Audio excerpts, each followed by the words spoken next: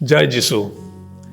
प्रिय भाई बहनों, आज हमारे लिए बहुत खुशी की बात है कि आज माता कलीसिया सन मार्टिन डे पोरस के त्योहार मना रहे हैं। मार्टिन डे पोरस 16वां शताब्दी का एक संत है। लीमा, पेरू, साउथ अमेरिका में उनका जन्म हुआ। उनका पिताजी एक स्पेनिश जेंटलमैन था और माताजी एक नीग्रो वुमन था। तो पिताजी डॉन जुआन डे पोरस और माता अन्ना वेलास्क्विस, उनका शादी होने के पहले ही मार्टिन का जन्म हुआ। और मार्टिन के बाद एक और बच्चा पैदा हुआ इस दंपति को, वो है जेन। दोनों बच्चे काले रंग के थे, इसलिए उनके पिताजी डॉन जुआन डे पोरस बहुत गुस्सा हो गया उनको, और माँ और दोनों बच्चों को घर से निकाल दिए और वे पेरू एक्वाडोर चले गए। तो मार्टिन की मम्मी अन्ना वेलास्क्विस को बहुत दुख झेलना पड़ा, कष्ट उठाना पड़ा बच्चों का परवरिश के लिए। जब मार्टिन थोड़ा और बड़ा था तो 2 साल के लिए स्कूल गया था, ज़्यादा पढ़ाई नहीं किया।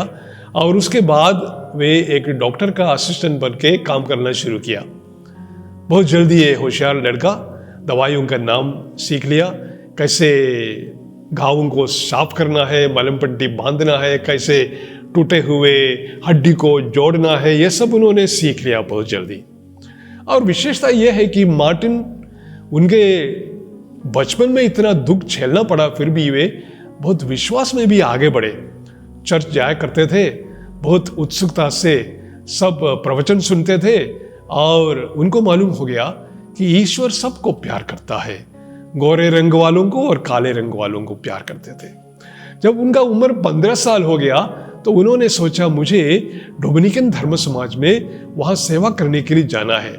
तो वहाँ पहुँच गए और वहाँ के सुपीरियर से बताए, देखिए मैं आपके यहाँ नौकरी करना चाहता हूँ, मुझे एक सर्वेंट जैसे आप यहाँ रख लीजिएगा। तो उन्होंने वहाँ अपने घर में उस सुपीरियर ने वहाँ सर्वेंट जैसे मार्टिन को रख दिया। मार्टिन इतना होशियार था, सब वहाँ के बीमार लोगों को देखरेख करता था, किचन में काम करता था, और यहाँ मेन डोर के वहाँ कोई भी आए, खटखटाए, उनके हालचाल पूछता था, जो भी काम करना था करता था। तो इसी प्रकार 8 साल निकल गए और वहाँ के सुपीरियर ने यह देखा कि अक्सर मार्टिन चर्च के अंदर जाया करते थे और वहाँ बहुत समय प्रार्थना करते थे।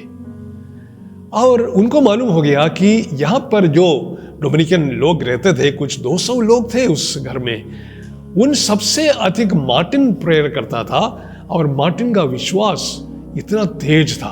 और जब बीमार लोग होते थे उनका देखरेख करने के लिए मार्टिन उत्सुकता से जाते थे और उनका दवाई का इतना असर पड़ा, दवाई से ज़्यादा उनका प्रार्थना का असर पड़ा। ऐसे बहुत सारे कहानियाँ वहाँ पर हम उनके जीविका में पढ़ने को मिलता है। जब मार्टिन एक बीमार ब्रदर के पास चले गए उनका देखरेख करने के लिए, जो किसी से मिलना नहीं चाहता था, वो इतना बीमार हो गया था, अपने बिस्तर में लेटा था, उनके पैर में पूरा सूजन, और डॉक्टर ने बताया कि इस पैर को काटना पड़ेगा करके। तो मार्टिन ने क्या किया, बहुत प्रेम से उनके पास चले गए, उनके लिए एक अच्छा सूप बना के दे दिए और सूप खिलाया पिलाया। और उसके बाद मार्टिन ने कहा, आप मुझे अनुमति दे तो मैं आपका पैर ठीक कर दूं, मैं इसको ठीक से साफ करूं और मलहम पट्टी बांधूं। तो उसने एग्री किया, ठीक है जो करना है तो करो। और आश्चर्य की बात है, दूसरा दिन उनका पैर बिल्कुल ठीक हो गया। इसी प्रकार बहुत ही अद्भुत चीज मार्टिन किया करता था। और उस जमाने में बहुत सारे चूहे आकर साक्रिस्टी में जाकर वहाँ के पूरे कपड़े काट फाट के चले गए थे। तो वहाँ के लोग, उन्होंने सोचा चलो हम चूहों को मार डालेंगे। मार्टिन ने क्या किया, उसने एक चूहों के धोखा देखा, उसको कहा, इधर आओ भाई, इधर आओ, इधर आओ, तुम तुम्हारे सब मित्रों को लेके स्टोर हाउस में आ जाओ, मैं तुम्हें खाना खिलाऊंगा और बाकी चीजों का सत्यानाश मत करना। तो कहानी ऐसा है, सब चूहे निकाल कर आए, मार्टिन उनको ले जाकर उनको खाना खिलाते थे। इसी प्रकार मार्टिन को सब प्रकार के जानवरों से भी बहुत प्रेम थे। मार्टिन का उम्र बढ़ता गया और अनाथ लोगों का देखरेख करने के लिए उन्होंने अनाथ आश्रम खोल दिया और वृद्धजनों को उनका देखरेख करने के लिए उन्होंने एक अस्पताल जैसे जगह खोल दिया। और बहुत सारे लोगों को मालूम हुआ कि मार्टिन सचमुच एक संत इंसान है और ईश्वर ने उनके हाथों द्वारा बहुत सारे चमत्कार भी किए। जब मार्टिन का मृत्यु हुआ था तब उनको दफनाने के लिए पूरा लीमा पेरू के लोग आगे और उनका शव शरीर को ले जाने के लिए वहाँ का आर्च बिशप और उनका दूसरा एक बिशप और वहाँ का कमिश्नर, वहाँ का अधिकारी लोग, वे मार्टिन का शव अपने कंधों पर उठाकर ले गए दफनाने के लिए।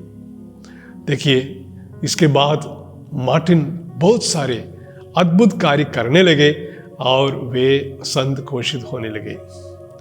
देखिए, संत मार्टिन एक सरल संत है। वे हमें सिखाता है अपना जीवन का परिस्थिति कुछ भी हो, हम ईश्वर के करीब रह सकते हैं, ईश्वर के करीब जा सकते हैं। ईश्वर को प्यार करना, इंसान को प्यार करना, यही हमारा जीवन का मकसद है और इसके लिए हमें मौका बहुत मिलता है। ईश्वर के साथ बैठना, आराधना में, प्रार्थना में, और जो प्रेरणा ईश्वर हमें देता है उसके अनुसार अपने सहजीवियों का सेवा करना, यही सबसे बढ़िया बात है जो मार्टिन हमें सिखाता है। संत मार्टिन डे पोरेस हमारे लिए प्रार्थना कीजिए। जय यीशु।